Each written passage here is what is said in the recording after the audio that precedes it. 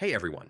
In this video, I'll show you how to fix the DNS server not responding error in 2026. So if your browser can't load websites, even though you're connected to the internet, these steps will help you resolve it quickly. First, restart your router and your computer.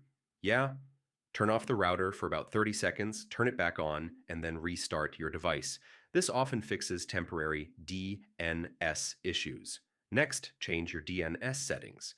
On Windows, go to Network and Internet Settings, select your connection, go to Properties, and set DNS manually.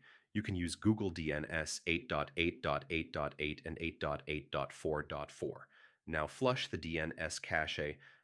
Open command prompt as administrator, type ipconfig/flush DNS and hit enter.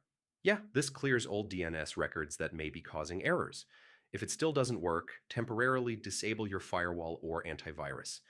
Sometimes they block DNS connections. Just make sure to turn them back on afterward. Next, update your network drivers.